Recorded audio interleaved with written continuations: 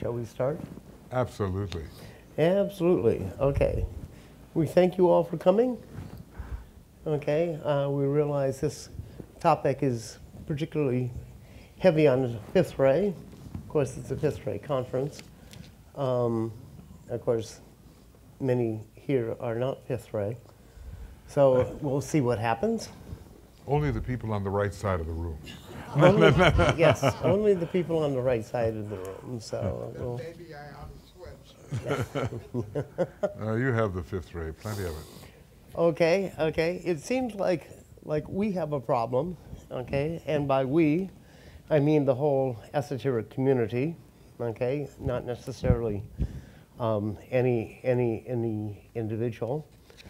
And that problem is that that Madame Blavatsky started the founding of the Theosophical Society in 1875. And throughout these many years, there have been very few attempts to provide a scientific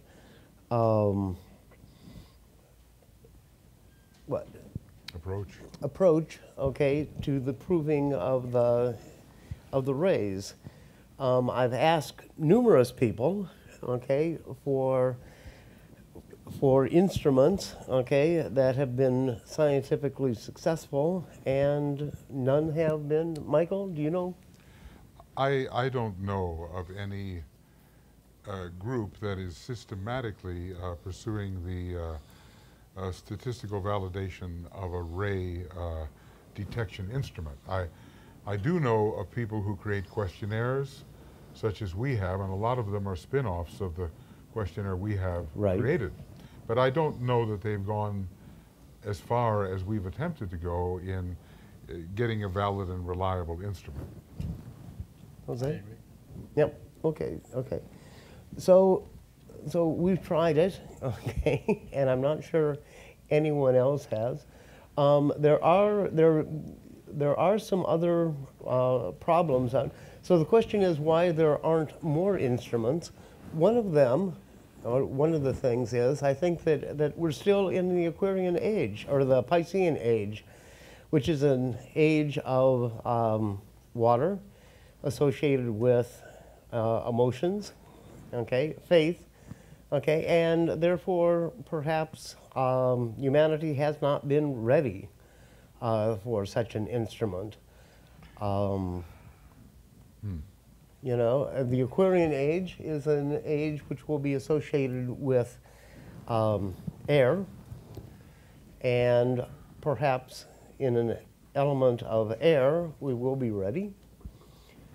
Lots of fifth ray too, wouldn't you say? I mean, lots Yes. of fifth ray coming into the Aquarian age, and also the issue of identity, because in a way it's the age of Aquarius Leo, isn't it? Yes. So the whole issue of who am I really is going to be emerging during this age, and it won't be able to be answered by the standard religious approaches.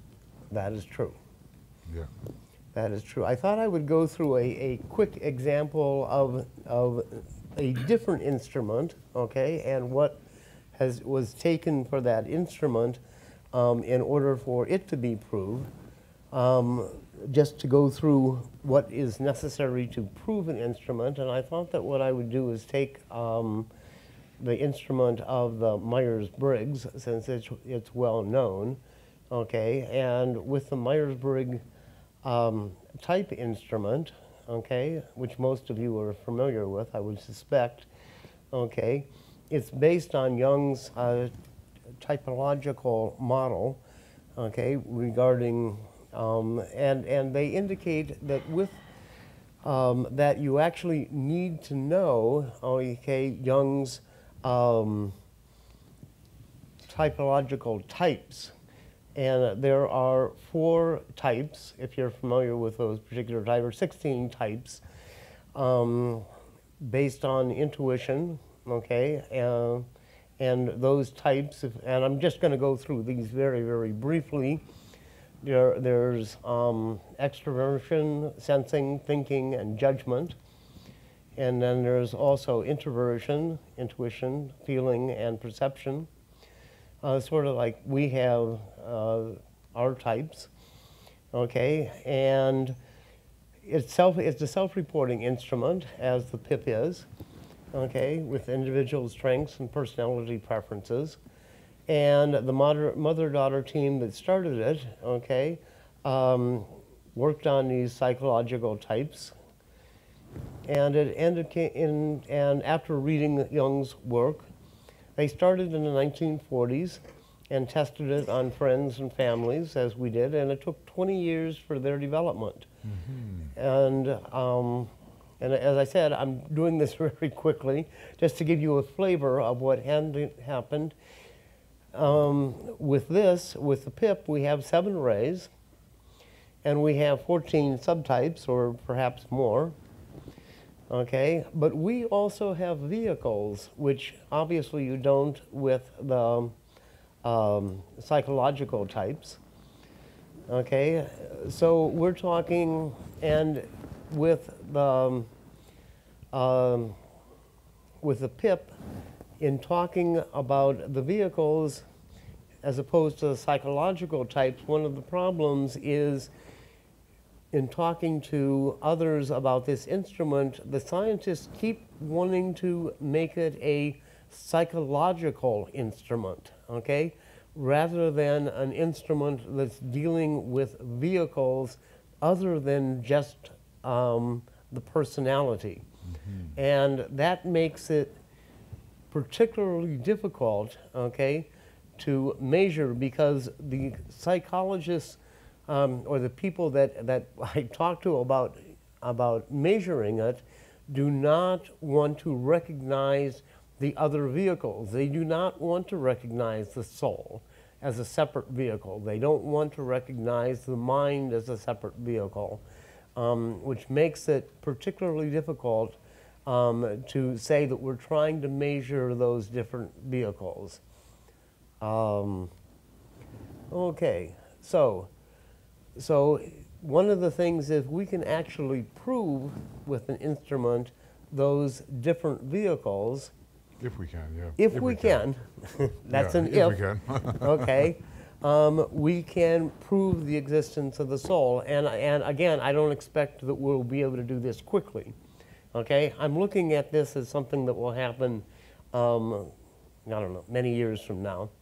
And if you prove the existence of the soul, obviously, you will decrease people's fear of death, okay? And I believe that DK indicated that that's something that France will do, not us. But, okay, DK also indicated that did not say that we could not help France prove the existence of the soul.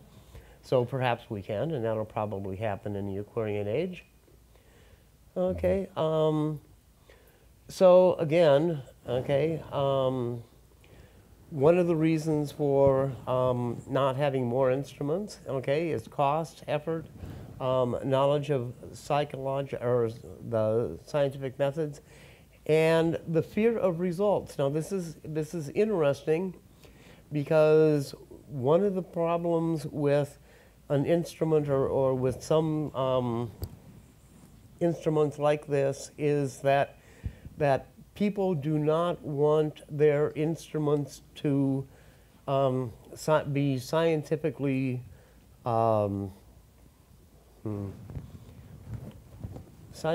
validated, because there's the fear that if they try to scientifically validate them, they will actually fail that scientific validation. I worked for a hospital in Denmark a while back, and they did not want me to scientifically validate what they were doing, because they were actually fearful that the validation would turn out that what was happening is that they would not be able to prove what they were doing actually worked. You know, so some people don't want their instruments to be scientifically validated because they're a fear of actually the results. Okay, so what we're going to focus on here is some of the rules that we need to work on. And actually what we're going to do is probably throw out a lot of what we're going to do and turn this into a more informal discussion. So some of the research methods, okay, these are some of the research methods. And down here is what we have for is questionnaires, okay? And difficulties in research are validity and reliability. So that's what we're going to discuss. And how do we open this up? Mm-hmm. Okay. Well, you know, it's a complicated system. I have to say, you know, I'm not the scientist here. Jose is definitely a hardcore scientist in one of his lives. You know, he's a man of many parts, but you know, he's right on the fifth ray, and Rick has a very strong fifth ray. I'm more the, I don't know, psychologist and kind of a cult speculator. I do believe that so much of what we are doing here is based on faith. So, you know, I want to put that factor out. We have begun to work with the rays, which other people do not acknowledge as realities, because we believe in the quality of the presentation of Master DK through Alice Bailey. We are convinced of the truthfulness of this Master of the Wisdom in his presentation of esoteric psychology. He's pretty well presented that to the world. We believe that. And so we proceed as if the rays are factual. Yeah, but doesn't that sound like Jesus has risen? Well, let me give you a fifth ray rephrasing of that. What you call faith is basically hypothesis. okay. So sometimes in the scientific method, you start from the general hypothesis and then test it out. Mm. And instead of calling that faith, it's just a hypothesis that may explain Yes. reality. Yes. And however, you don't accept it. If you accept it without data, then that's faith. Well, okay. I agree. The word hypothesis, and I use it many times when I'm trying to pretend that I'm on the fifth ray. But this test was devised in 1984. And we were part of this is now almost 28 years, one complete Saturn cycle. And we were members of a 7-ray group studying these things intensively, and we said, what could we do to ascertain these rays or come closer to ascertaining the ray structure? So I began with an intensive process of gathering questions, making up questions on the basis of my studies. Why? Because it was not that I had any doubt whatsoever that the rays existed. I was proceeding on what I would call faith. I'm firmly convinced in my sixth ray nature that these rays do exist. So I was trying to find a way to approach it in a more fifth ray manner through the questionnaire method. And we went through many generations of questions, sorting of questions, throwing out of questions, testing of questions. Well over 1,000 questions. Yeah, yes. And this took, I suppose, a year before you actually programmed it, didn't it, Rick? Yes. And we had a test group and so forth. And we were naive, you know, in many ways. We had a test of 140 questions, right, which we finally boiled down, and we asked Jose to run some statistical analysis on it, and some of the results were not discouraging. You know, they sort of confirmed that we were onto something. We were hoping that people could think clearly about themselves. Of course, the social desirability factor and the non-objectivity of understanding oneself, all these things play into it. So gradually, we devised an instrument which 2,000 people took, didn't they? Something like that, yeah, the first one? Yeah. Some 2,000 people, because people also believing in the rays are eager to ascertain what their ray structure might be. They don't doubt for a minute that there might be such a thing as a ray. They believe there is a ray.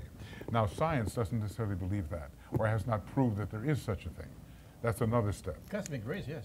Cosmic rays, yes, yes, from Millikan and others on the seventh ray. I mean, he tells us that the man who discovered cosmic rays was himself on the seventh ray in the soul, and so is Madame Curie on the seventh ray in her soul. But you see, we begin by believing, I mean, look, I know, excuse me for upholding the theology over here, but is there anybody here that doesn't believe that there are such things as rays? I mean, why would we even be at a conference like this? This is the University of the Seven Rays, for heaven's sake.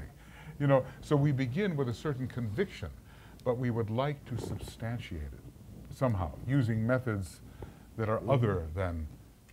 And that's the gist of the scientific method. Yeah. I think when we talk about the science of occultism, the science of the soul, we are able to make a process reproducible. We can replicate, we can repeat something in a consistent way, but we can only prove that to ourselves. Yeah. And that's the mystical approach. Yeah. When we want to make an occultist approach, we want to make it scientific, we need to be able then to prove to others what we know ourselves to be the truth. Exactly. And that's when the scientific method comes. Exactly. So we've been hoping, the words that always ring in my ears, DK says the rays will be capable of quote unquote expert diagnosis. Absolutely fifth ray words, expert diagnosis.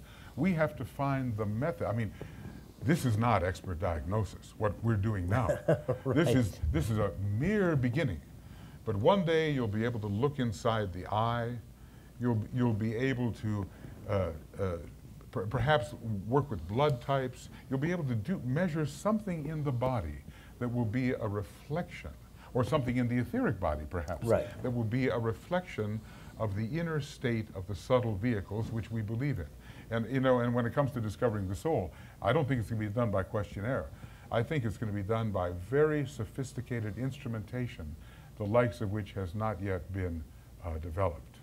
So that may be centuries ahead. And maybe the instrumentation itself will not be something outside the human consciousness. It will be the power of observation, maybe the development of the etheric vision. It will be a development of the human being, him or herself, to be able to observe something that when it is consistently observed by many different observers throughout the world, will make it a fact. If we could get what you would call consensus among reliable observers, which psychics are not yet. Most psychics are living in their own world, and when it comes to another psychic verifying what one or the other has said, they are totally divergent. But if Master Hilarion succeeds in training scientific psychics, then we have a chance, I think, of getting reliable observers who have a certain consensus among themselves. They are trusted, they are replicable, and they have a consensus. So I think that is what we're looking for, and we're not there yet by any means. And some work has been attempted in that direction, with the Caragola work with the medical diagnosis. I think the existence of the etheric body will be a good proxy, a good proxy for the scientific proof of the soul. It will be an indirect proof. But if we can have reliable readers of the health or of the etheric body in a way that can be confirmed medically, scientifically, there will be a big step forward in that process. Exactly. For instance, when we look at that screen, we see the words validity and reliability, and we all agree, I believe, that those letters are written in some shade of blue. I think we all agree. Because, there's something about our experience which can be shared and which reaches us in the way that we can confirm this is blue. Now, we don't have that yet in the psychic or subtle energy area. Maybe some people are developing it. So we are reliable in the sense that our instrumentation reveals blue, but the psychics are not yet reliable in terms of the color and form that their instrumentation reveals, says Master DK. And let me address the difference, the main difference between those two words, even though both are in blue there.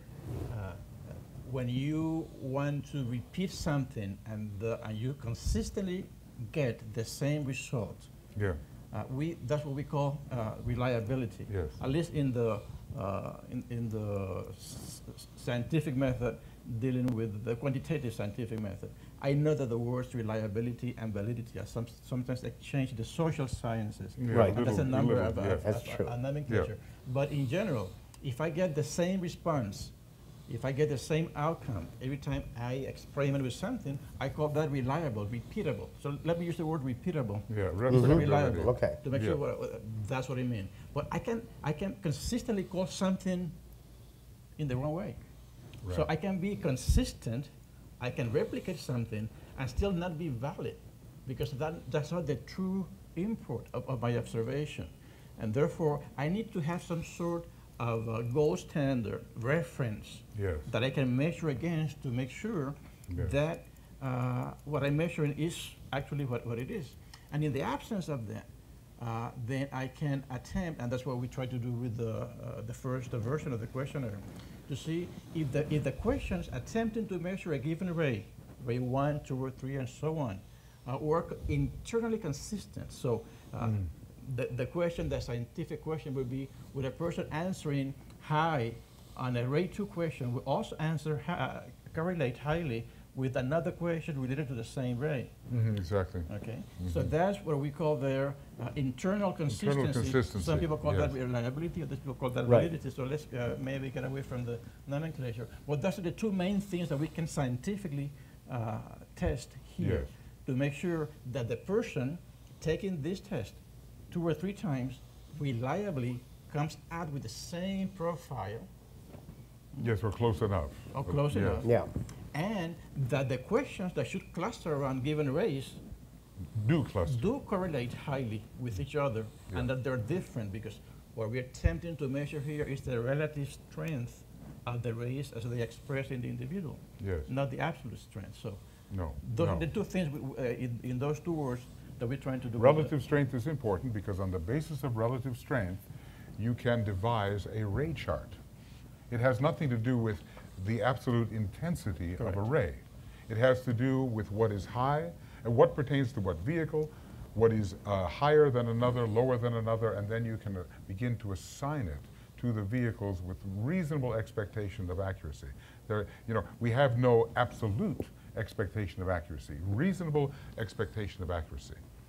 So anyway, we've been playing ping pong No, here. no, no. Yeah, Let's see. which is good. I mean, but one of the things I wanted to point out is that the way that the PIP is designed and the way it will be designed in the future, Yes. okay, is that it's designed for additional instruments, okay, to be added. As you know, okay, we just had a 7-ray workshop Yes, here, yes. okay? And part of that workshop was evaluators that could evaluate those that were Coming to the workshop. yeah, and- coming to yeah. the workshop, Yeah. okay? So those people could add, the evaluators could add their evaluation of those that were had, but they could actually, people could actually provide evaluations for people that had not even taken. Yes, exactly. Okay, the Yes. PIP. So there are ways to do that. Okay, provide evaluations for people that have not even known. Provide other instruments. Okay. See, Rick and I I thought it was an excellent idea. We've been working on this a long time.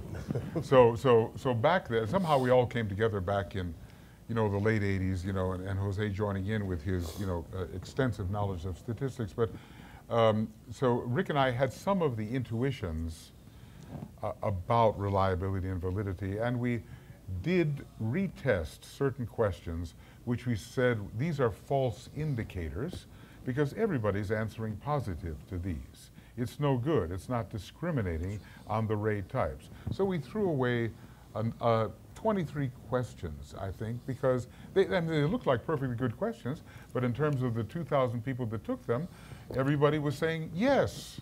So that's no discrimination whatsoever. What we began to think about, wouldn't it be wonderful if we could have a test that brought in different angles of validation about the race? For instance, physiognomy, body type, palmistry. You know, in other words, actually studying the form of the individual, which is a very, in a way, concrete thing. But we never got so far as to be able to correlate those things, nor did we know exactly how to do that. But we do know, based on the work of some of the Ray theorists, that the expression on your eyes, in your face, the movement of your eyes, the form of your face, all the rest of it, the way you walk, the way you move, the degree of intensity with which you use your hands, all of these things, to the practiced analyst, do tell a story. Even the focus in your eyes. So if we could bring in some of those additional methods, what did you call them? Additional, like modules, instruments, you know, to work with the PIP, we would have that much more of a perspective on the accuracy of what we are doing. Well, I mean, one other thing that I'll add is that one of the difficulties we have is we've got different vehicles. Yeah. And it might be a matter of, for one particular vehicle, okay, there might be an instrument that just tells us something about that particular vehicle. Well, I would agree, I would tend to agree, except for this one problem called integration. Meaning that there are different rays connected with different vehicles, but they tend to merge and blend at certain points of development, such as the point of the aspirant and disciple. There's a certain interplay between the qualities of energy of these vehicles, which makes discrimination more difficult. In other words, you look at a body and you say, I'm looking at a body, and that's just going to tell me the ray of my body. Not at all. This ray of the body is reflecting the etheric body, which itself is reflecting the soul body. So you should be able to look at the body and see far more than the ray of the body. Oh, yeah, you have a point. I would like to draw two analogies here. The first one is, I think we are doing something close to what scientists are doing in studying genomics. Okay, do you know? We're talking about the spiritual genetics here. And there are studies trying to sort out the genotype versus the phenotype, meaning what are the discovery of the human genome is a recent discovery. And then we're trying to associate each segment of that genome with diseases and traits and so on.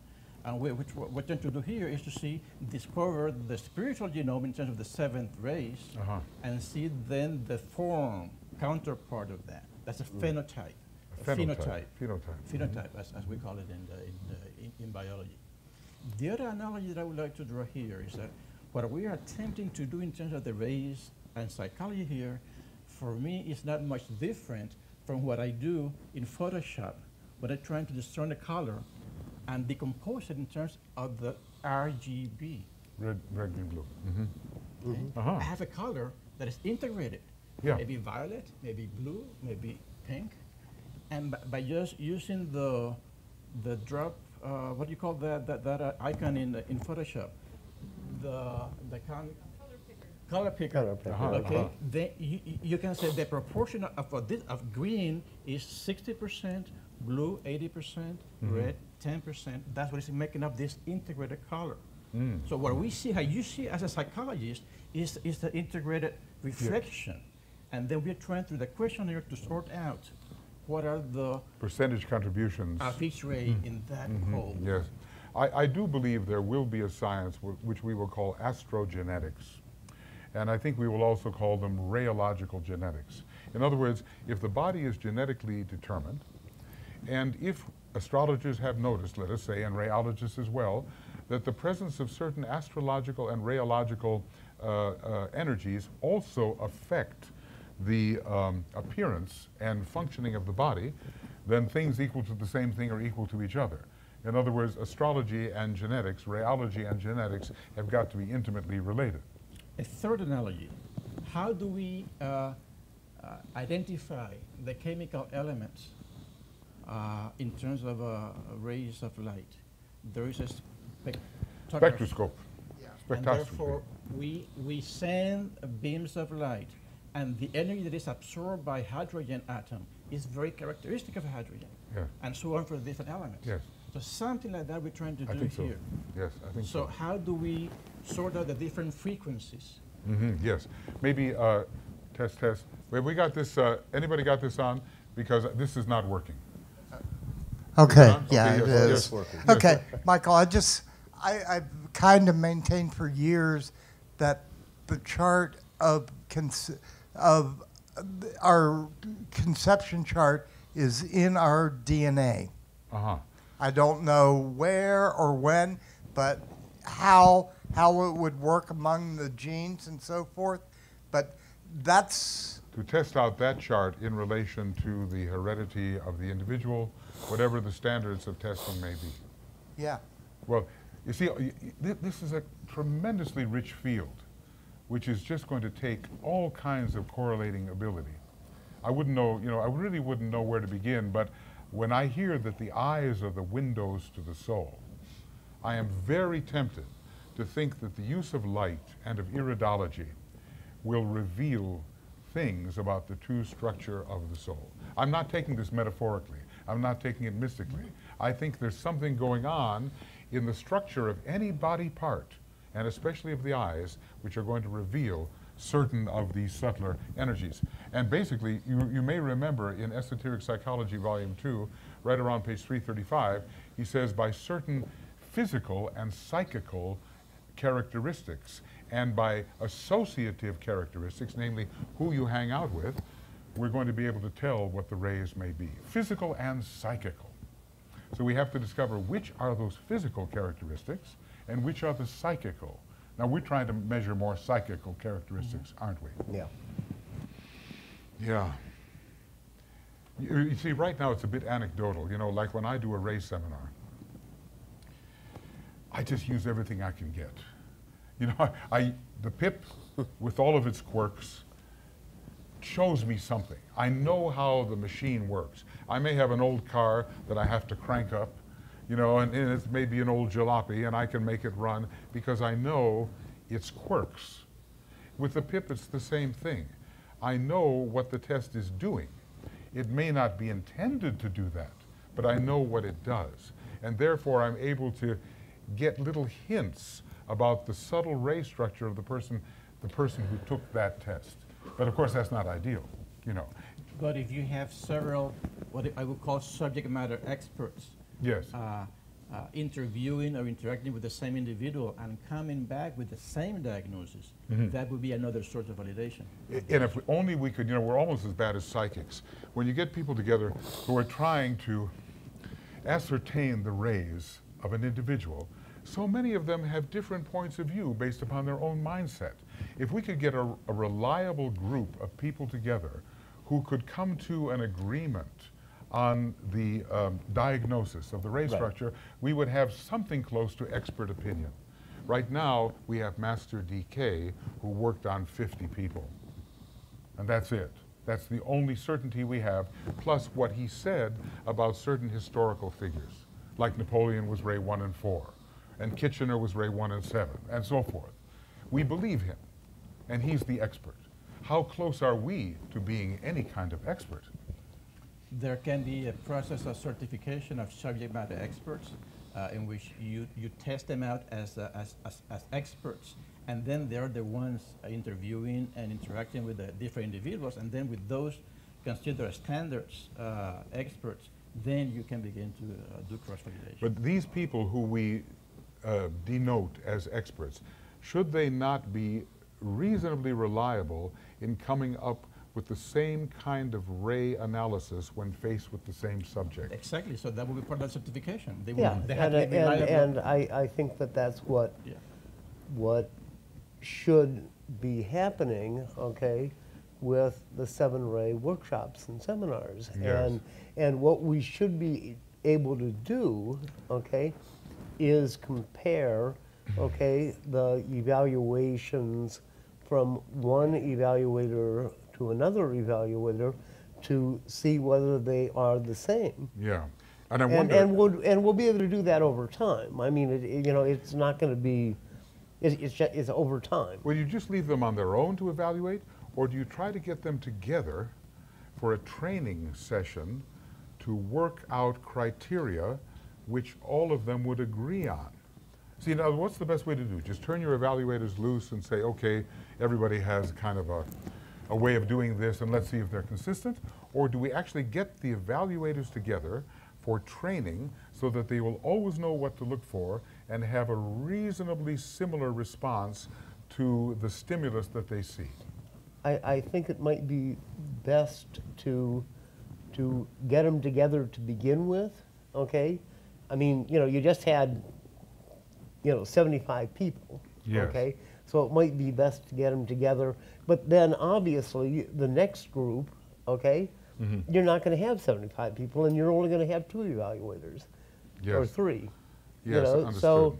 so then they're going to be more on their own. I mean, you know, and then next year you're probably going to have 75 more. You know, so you're Yes. going to have once a year, okay, you're going to have retraining, if I can do it that way. Well, we really need the training of the evaluators. True. And basically, we are dealing probably with what I would call 7, 12, 10, 19, 30 energies. We are dealing with 30 subtle energies, which we all, in this type of thought process, we think they have external effects. We are dealing with 7 rays, 12 signs of the zodiac, and approximately 10 planets. And we think we can recognize traits and characteristics correlated with each of these 30 energies. But it's more complicated than that. Oh, certainly. Because even though we might be able to isolate traits characteristic of each one of those energies, what about the combination of energies and how that would modify the traits And that you we forgot where they are on the path. that we identified? Jose, you were going to say. And the way to sort that out is by a process of matching. If you have the person with the similar astrological signatures, then control for that, and then sort out the rays among a homogeneous group of people. Okay, let me see if I understand you. You say your subjects should have similar. Also, sun in areas with the moon in Capricorn. Okay. So sort out the ray structure for those. Therefore, you have control for the ray for the. Right. Control means that some things stay the same. Correct. And the other variables can be assigned accordingly. But the sample size to do that will be very hard to. You see, that's the point. To try to, you know, we're just a fledgling effort here, research effort, and we require thousands and thousands of people that we would either meet in person or over image or in some way mobilize for a research project of this So we nature. have to find a massive way to approach people to take the test. Yes. First, as part of the validation process, Mm-hmm. and then as part of the hypothesis testing of all these issues about how much is astrological, how much is radiological. So we really need test design, and we need a significant sample group. And I think it would number. Significant and representative. Yeah, I mean, because we could even just begin with like Sun and Aries, but then we would have 12 different varieties if we had Sun, Moon and Aries, Sun, Aries, Moon, Taurus, Sun, Aries, Moon, Gemini, blah, blah, blah, blah, and we'd have to keep on controlling about 144 times, or almost that much, just for a combination of 2. So it's very, very complex. Kat, you were going to say something? I was just going to say, as an evaluee, I would like to get evaluated by more than one. Yeah, because evaluated their by more than one. opinions are different and what As an you evaluee, she would like to get evaluated by more than one because their opinions are different. Well, that's actually somewhat happens. In an ideal 7-ray seminar, the teachers, let's say 2, 3 of them, go home after Saturday night and take the person in terms of what rays impress them and their astrological chart and discuss their major impressions. And they share those impressions and try to sort out among themselves what really seems most accurate. That's the ideal. We had 75 people here. This was not possible.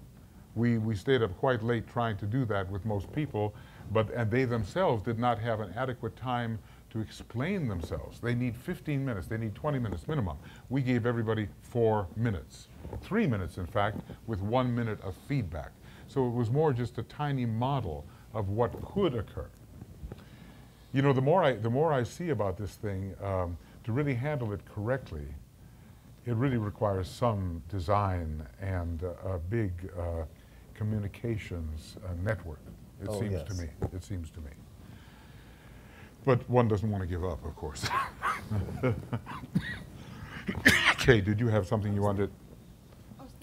Is this microphone on also? Yeah. Yes, good. I was thinking along the lines of an instrument for measuring. How does biometrics fit into this kind of instrumental measuring? I don't. Of course, that we for the phenotypic expression of the array structure there, and I think the work by Jim Davis. Yes. Started in that direction, but more physiological signatures is something that I don't know how to do it at a mass scale at this point. Yeah. Can I just say that I took part in some kind of measuring thing where you put your hand on an instrument and it says you're hot, excitable, or you're cold, cool, calm. Mm-hmm. Mm-hmm. And that could be a variant of some tools that I've seen out there for the Kirlian photography, which is basically the reaction to energy there. Again, the issue there is one of validation, making sure that you standardize the process in a way that will give you reliable and valid information. And for instance, for Kirlian, that I know of a professor in Stanford, Tiller. Paul Tiller. Paul Tiller. No, it's not. It was William Tiller. William Tiller. Bill Tiller. Yeah. He's a physicist, fully accredited physicist, and has had a hard time trying to come with the validation of Kirlian photography that can adjust for the level of sweat, humidity, and other variables that you need to before you begin to. And the danger here is once you prove something scientifically, it is so easy to be marketed. So the commercial aspect of this is something that I have a great concern about when you do that prematurely. Yes. Any biometric instrument is so easy to claim that it's measuring something, and then the person is just maybe consciously or unconsciously just deceiving people because the results from that instrument are not reliable or valid.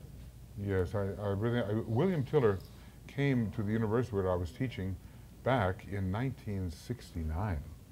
So I've had already, like 40 years ago, he was a younger man, obviously, and he came with his descriptions. He upset all the scientists on our faculty at just a state university.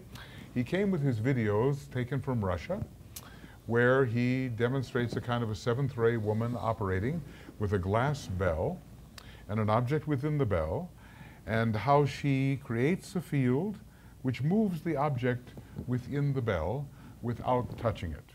You know, so this is like videos of people doing these kinds of things, and still the disbelief in these things remains. There must be a gimmick, there must be something wrong with it. In the 1920s in Chicago, there was a movement called personology. And when you say biometric, do you mean measuring the body types and body reactions? Is that what it means, biometric? No, it does measure energy somehow or other. Measures energy. Is it energy, is it? Because they were much into form. And this personological movement worked with the form completely. You know, the shape of the head, the phrenology, the physiognomy, the hands, the body type, and all that, mesomorphic, ectomorphic, endomorphic, all of those kinds of things. I've begun researching their literature a little bit, but it's difficult to say. It's somewhat subjective. You know, if we were to isolate different forms that we would find in the face and form of an individual, and even collect photographs of those parts, it would still be somewhat subjective. Like I think I recognize what I call a Sagittarian jaw, or I think I recognize a Capricornian nose, or I think I recognize Geminian lips, or something of that nature. I have all these categories in my mind about how the particular forms associated with a particular structure, sign. But someone like David Andreas, when he was drawing his 36 types, he also had his own view filter for these kinds of things. But would other people see things the same way I did? Could I really isolate particular forms and correlate them, or would the subjective element be so strong that it would be considered not valid?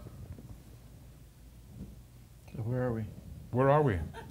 Well, I think we're having a discussion about how to really make future research on the rays work. I think we have an instrument here. It's quite good in many ways. Let's just call it useful. It is useful. In conjunction with the 7-ray seminar, the instrument is useful and gives certain hints about the ray structure of individuals, or at least minimally, what rays are relatively strong in that person's system if they're not lying about themselves and incapable of seeing themselves. If they are not, these rays are probably strong. So we have a place to start, because people have all kinds of erroneous ideas about themselves.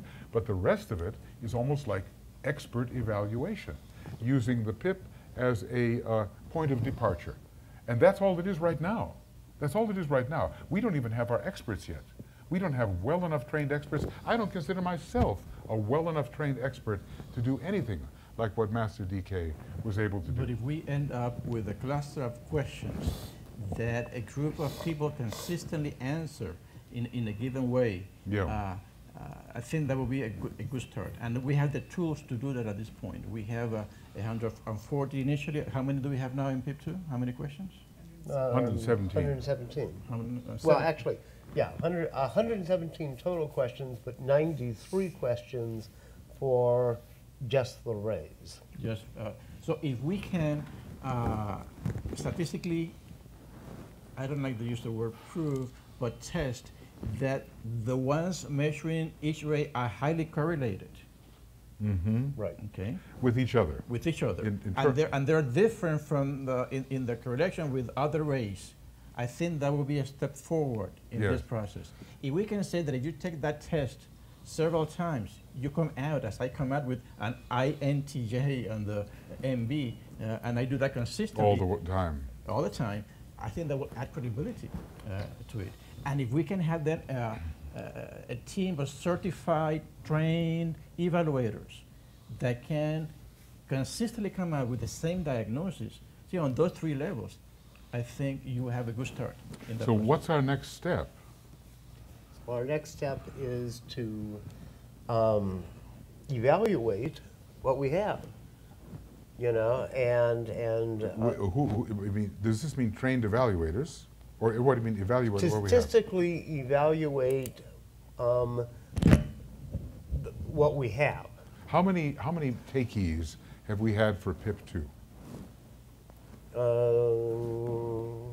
About 1,000. So what's a reasonable? About 1,000. And these are not retakees; these are takees. Takees. Okay. So what's a sufficient number for us to begin to work? As many as you can. We can As many as you can, right? Yeah, we can start the evaluation today. Here. I have a question about Here, take this, because then you'll be heard on the. yeah, a question about taking the PIP test. How do you Little closer to your screen? mouth. How do you screen out, or how do you evaluate people that tend to want to answer, looking at the questions and trying to figure out how you want them to answer the question? Because that falls into the category that people don't know themselves, and Right. they're looking for ways to be validated. Right. And They're not I'm honest just or wondering capable. how that works. Well, or this does is it? the social desirability issue. Yeah. And also the opinion, like DK said, look, Sometimes people who come to a psychologist produce fantasies of a certain kind because they know the psychologist wants it or expects it. Would sufficient number in the sample negate that kind of effect? And we have that. In fact, the sixth ray that you talk very proudly about is not something that most esotericists, most students will openly admit that there are six rays because it's considered Piscean and past. Yeah, and that's why I deliberately do that. I can see. In the attempt to counteract, that's a manipulative third ray thing I'm doing, to counteract the effect of those people who don't dare admit to anyone else or themselves that they have this energy. But the other way to do that is the evaluators, okay? I mean, the PIP itself, okay, can do that a little bit. But the best way to do that is to have independent evaluators, okay? Because if you only have one instrument, which is the PIP, okay, it's hard to do that. But if you have a second instrument, okay, which are the evaluators, okay, then you can pick that up easier, okay, which is the importance of the workshops, okay? Yes, yes. And the more you have those evaluators, okay, the more you can see where the PIP itself, okay, is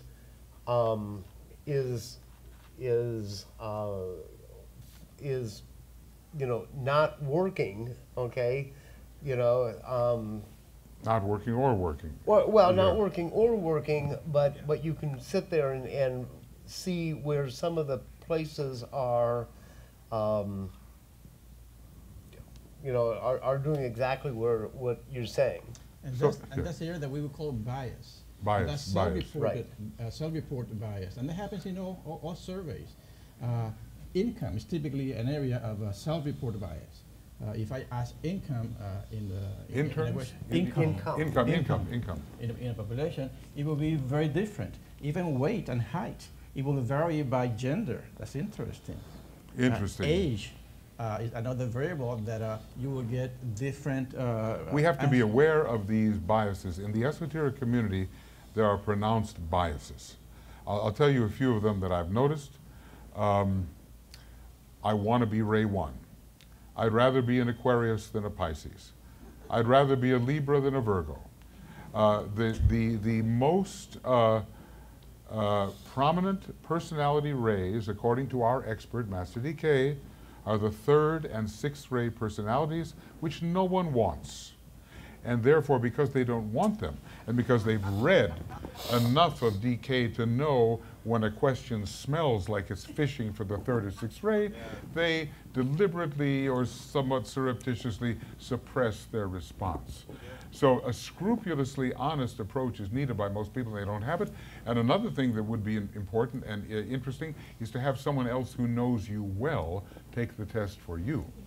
That would be like another angle. And I suggested that in my initial paper about 20 years ago, I suggested that we do that, we ask us significant others, spouses, friends, to take the test.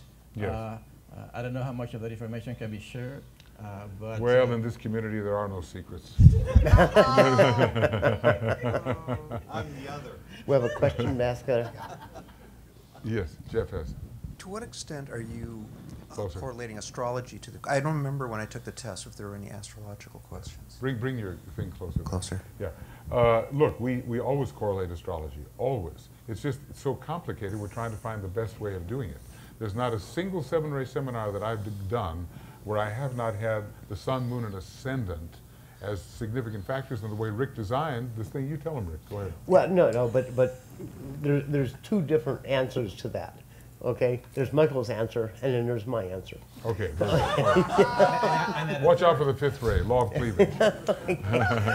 Okay, but the other answer is, you know, which is mine, is the correlation between the rays and astrology. Okay, and so far in looking, I have found no correlation. okay, between the rays and astrology. What do you okay? mean by that? By finding no correlation? Between, you know, Stirring it up. the question is, if you are a if you are a Gemini. a Gemini, okay, you know, are you a fifth ray Whatever. soul, okay, and there just doesn't seem to be a correlation that way. But you wouldn't expect it. Well, but the point is, there doesn't seem to be a correlation that way, you know. So Jose came up with a huge correlation to 0.0004 significance between Virgo and the seventh ray. There were a bunch of Virgos, and they all scored really high on the seventh On ray. ritualistic things, because Virgo, they have a tendency Yeah. for ritual. Yeah. And that doesn't show up on the rays assigned to Virgo. No, it doesn't. there's No, not at all. at all. Not at all. But that's because, and Nicholas and I have kind of agreed on this, that in the previous solar system, which what scientist is going to give any credit to that, that Virgo had a pronounced seventh and third ray in relation to the previous solar system and carries it like a legacy rays into this one. See, so obviously there's something built in. It's also, you were saying, Nicholas, that, you know, Gemini. What's Gemini? Gemini's just got ray 2, but Nicholas is emphasizing the pillar aspect of Gemini. The fact that it's like two pillars and it stands, you know? So there's some latent seventh ray in there. Two Yeah, things. yeah, go ahead. Two things. I've studied and given people the MBTI, Myers-Briggs type indicator, Okay. and studied people I know, and Yeah. I also know their charts, and I find remarkable congruence between Yeah. the elements. Yeah. I mean, it's just uncanny. Now, that's fairly simple. You're dealing with 16 types, Yeah. and I know, you know, basically elemental preponderance in their chart. This would be more complex, but what if you found a weighting system with planetary placement? I mean, a person would have to give their complete chart in. They would do, have to and have a they do. calculator. Yeah, they Oh, they do. do. have all the Oh, you're astrological calculating that. Okay. We do. And look, when Jose did this thing 20 years ago, Virgo wasn't the only thing.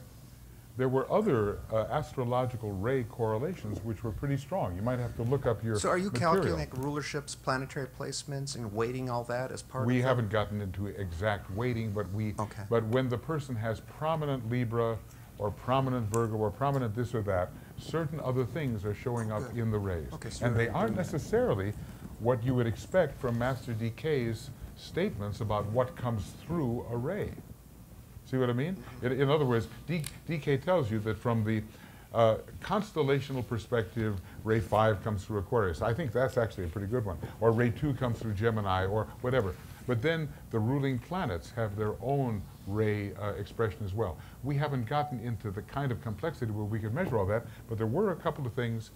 As I remember, at least it heartened me at the time, Jose's conclusion were pretty positive about the original PIP, which we think we have actually improved with our 1993 revision. Let me review what I remember of that paper.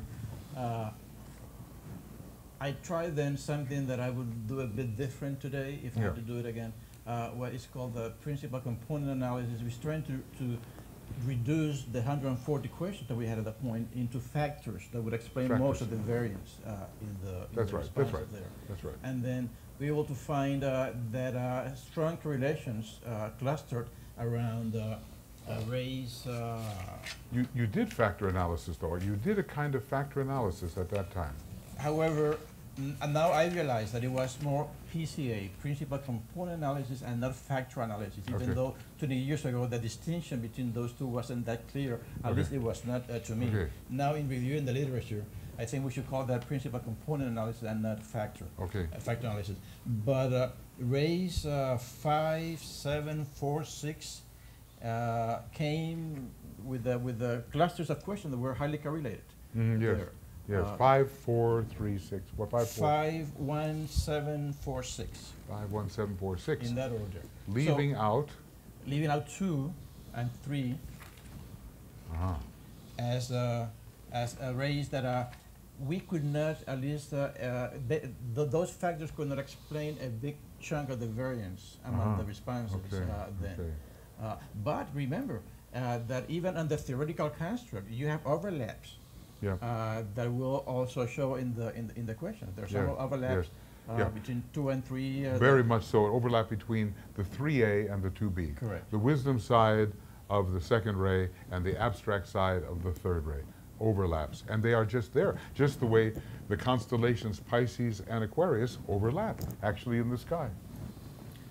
So that's a challenge for testing. Yeah. So if and that's the reason I emphasize your a sentence that you quote in your paper from Michael saying we're trying to stress relative strength here. We're trying to test, to measure relative strength, not absolute strength here. Right. So those questions that are measure the overlap, I will leave those out of the actual instrument until we can understand more better. And yet, such questions might, to an interviewer, be very significant. Sure.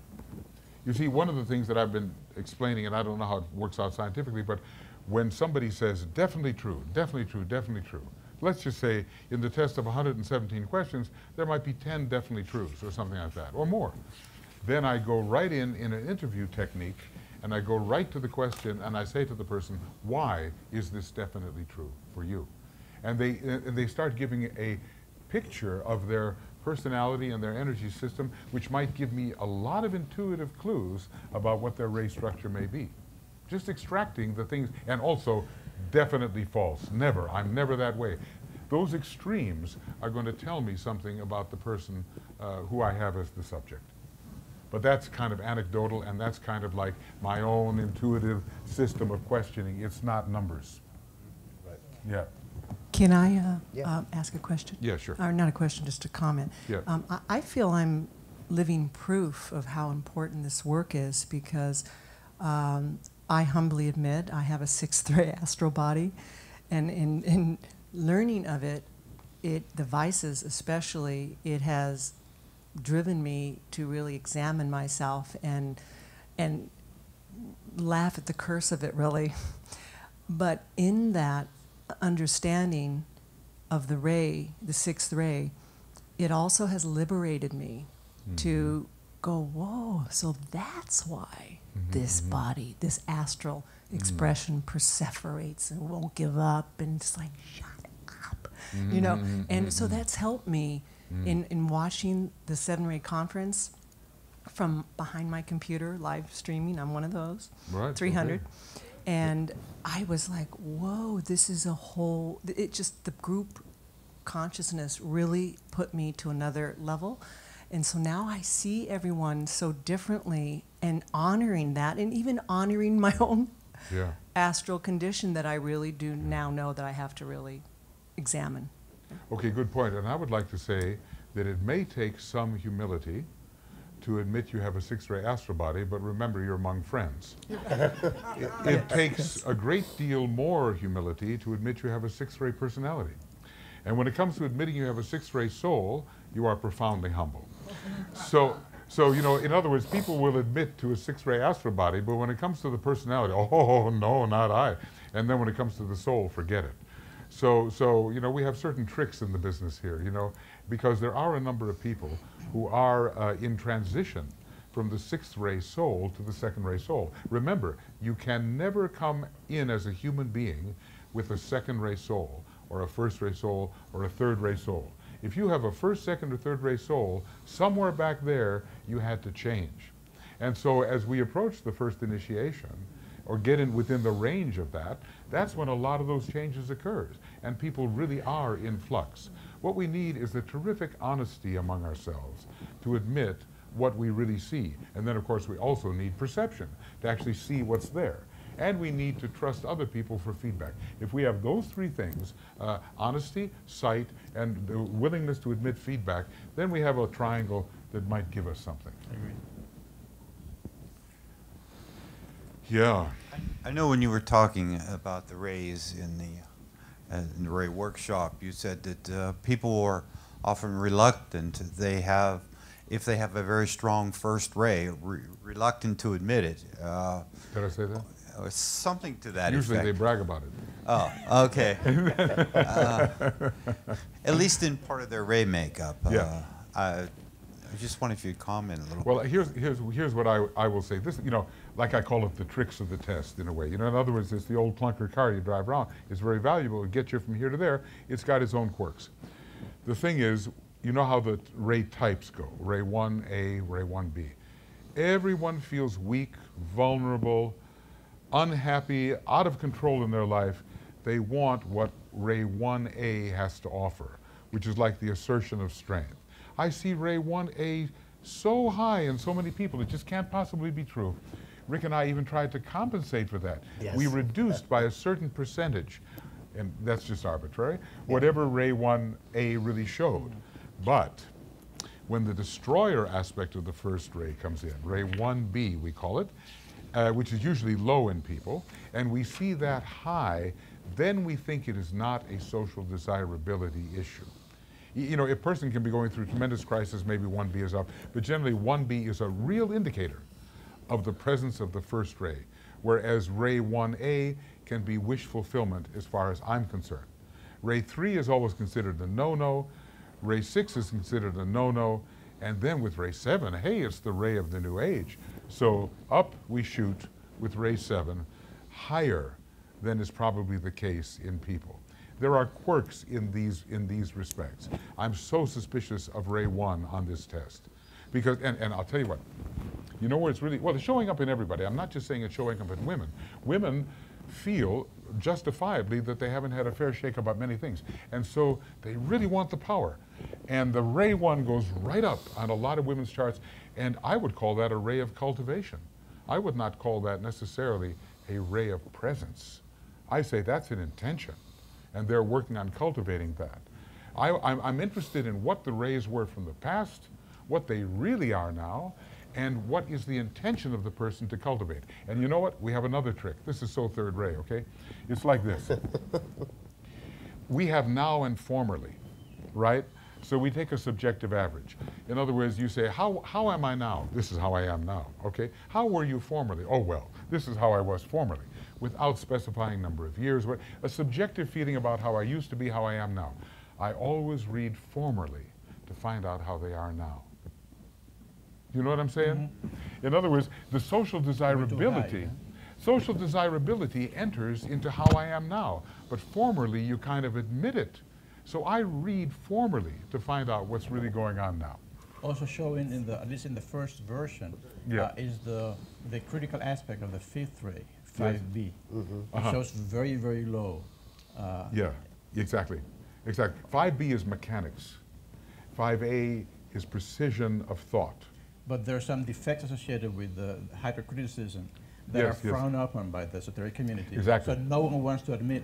And on the other hand, when you go to the scientific method, the way science is practiced, it relies a lot on peer review, criticism of your work, absolutely, openness for that, and those words are, I take it as bad words in the because we're 246 people here, and we want to be nice. We want to be harmless, and all the rest. So we don't want to get the critical mind, engaged, and yet the critical mind, you want your surgeon to have a critical mind. You don't want him to appreciate the color of your organs, do you? You know, right? It's a fourth ray, fifth ray thing, you know. So all of this is useful in some ways, that critique. You know, I have a feeling as we talk here that we could devise a method of coming closer to having a still more valid, reliable instrument. I feel we could. I think, it's been 20 years already. It's been 25. I mean, Rick and I got together with this thing in 1984. Yeah, 28 years.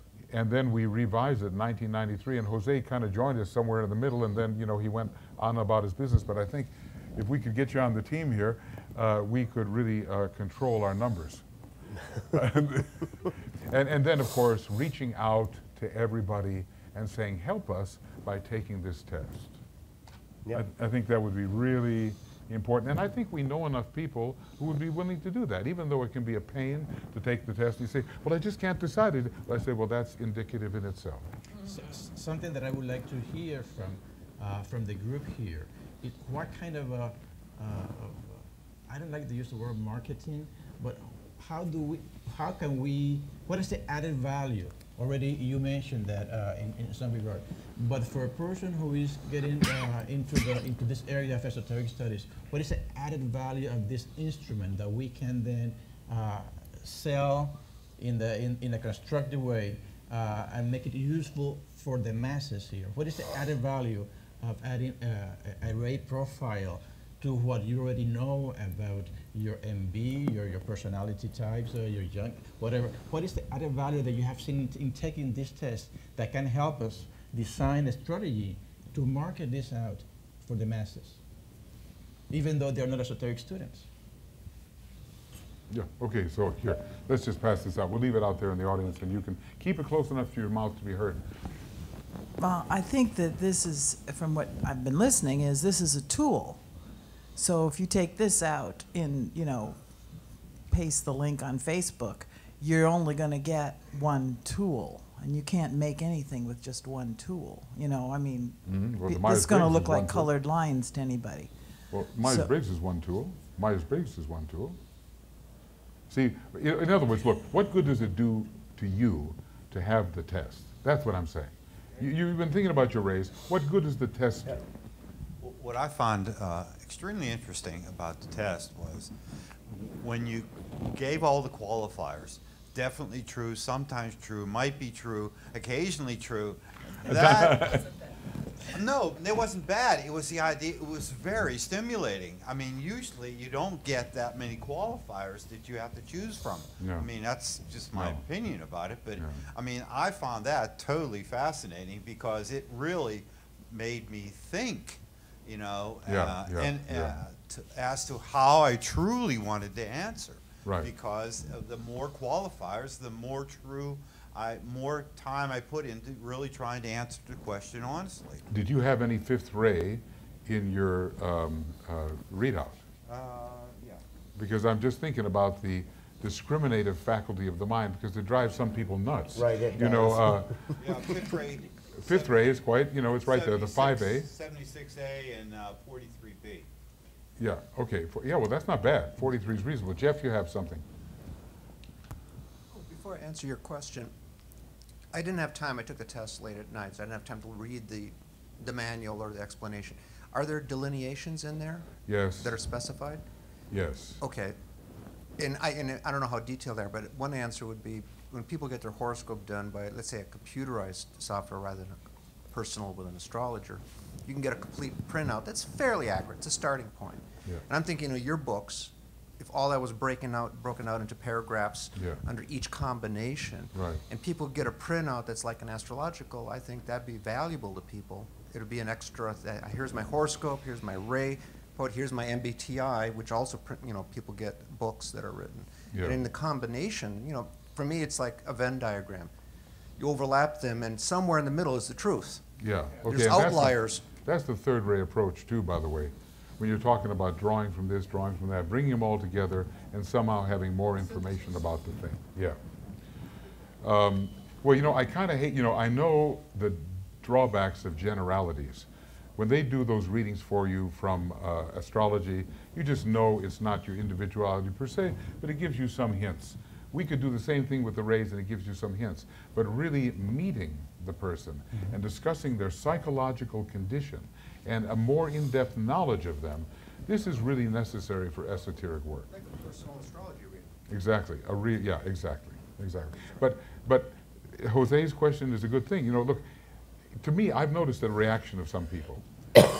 People like objectification. I don't know what it is, but I've been thinking about my rays, and this is what I think. But when they actually see something up there on the board that is an objectification of their own thought, along with the objectification of the thought of many, many other people, it anchors something. They feel a little more secure about it, even though it might be a false positive or a false negative, But then it would be up to us as evaluators to point out where those false positives are occurring. See, I've got Aries, I'm first ray. Well, Kay does that, I do that. We think we have first ray. Well, maybe we do. But Aries is going to give us astrological first ray. And that has to be somehow, people have to be informed about that. Oh, I'm Libra, I have fourth ray. Well, fourth ray doesn't even come through Libra, but it seems to correlate positively, fourth ray and Libra, with the harmony side. So they have to become informed about the interplay between astrology and the rays. And there is an interplay. I would just like to answer your question too, is that what it did for me is instead of viewing someone in a lazy way of, oh, we have nothing in common, you know, it's an honoring system. Wow, they're on a different ray structure. So it unites me instead of, so that was so simple and so quick that I was amazed by that, how quickly my consciousness shifted. Yeah. And you know, we get a little lazy and a little, oh, I don't know what you're talking about. But now I hope it lasts. Yeah. You know, I'm being honest. You have fourth ray, don't you? I do have a fourth ray personality. Yeah, you see, it's drama, Yeah. it's gesture, Yeah. it's Yeah. expression. It you is, see, and I you look learned for the that. body language right there, and that should correlate nicely with what's Yeah. going on. I am living. Yeah, you are living proof. Yes. Yeah. This is just a personal anecdote, because what you said about what you wish you were and what you really are. Is when I first started astrology and reading about it, I always assumed it was close. I had a poorly cast chart at the beginning. I always thought I was a Libra rising, because I loved beauty. I was an artist and everything. I loved everything. And I found out I was a Scorpio rising. Yeah. Ooh, I don't want to be Scorpio. That's the bad sign. Oh, I felt really. And then I started reading more and learning about the power and the meaning of that. And I said, you know, yeah, that's me, and I could really understand it. Yeah. So yeah. I think this tool, just like you're saying. Yeah. Look, I think it's of value. Rick, do you have some? You want to sum up or something, or where we are with everything? I know we haven't moved off page one, but you know, Rick and Jose and I, we sat down at lunch, and you'd think we would have done this maybe a few weeks ago, but I wasn't answering anybody's letters because I'm insane with the conference, and they were discussing various things, and Rick was going into great fifth-rate detail. Then we all decided it would absolutely bore you to death, so we kind of changed our approach, but. We have a lot of potential here. We have a lot of potential to make something that could be really useful. Right. Right. So the plan, okay, is we knew we'd get back going to to the him. last page. Okay, is that we're going to analyze the PIP II. Okay, will provide us time to obtain some more evaluations within the next 6 months. Okay, and then in October to next April, we'll start to develop the PIP III. Okay, although I think we're going to call it the PIP, not III, okay, but the PIP III, the number 3, okay, because asking people to go to the PIP III online.com may be a little difficult. And I've actually already reserved the name PIP number 3. Okay, but don't hold us to this, okay? Because I'm hoping it to be in beta, and that's it. Will you give us a hand, though? I mean, will you talk to your friends, and will you help us get people who will take and retake? And retake. It will take a few hours, but from your classes and so forth, because we need a sample. Yes. Yes. We need a growing sample. The bigger our sample, the better everything will be, So we're working on it, and we're taking our small baby steps towards what the Tibetan calls expert diagnosis. Every time I hear those words, I kind of shudder, thinking about what kind of instrumentation will be needed for that. But, we're kind of driven by the need to ascertain the ray formula of ourselves and others so that we can put DK's ray information to practical use when we are attempting to evolve spiritually. He gives us all the techniques of integration. If you don't know your soul ray, you're going to bark up the wrong tree. He gives us your techniques of fusion. The same thing applies. He gives us all the diseases of mystics and how they apply to different people. Unless we can ascertain these intangible things, we cannot assign the right method of spiritual progress, spiritual development. And that's what's so important.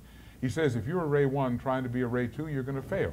If you're ray 2 trying to be ray 1, you're going to fail. So we don't want people to fail. We want them to be able to use DK's information according to the rays that they really have so they can really progress. Very good. Yeah. Okay, well, thank you for coming. Thank you. Thank you, Rick, for all the work you've done on this. It's tremendous. Okay. But I like our little triangle here, and if I would just answer letters, we'd be fine. Yes.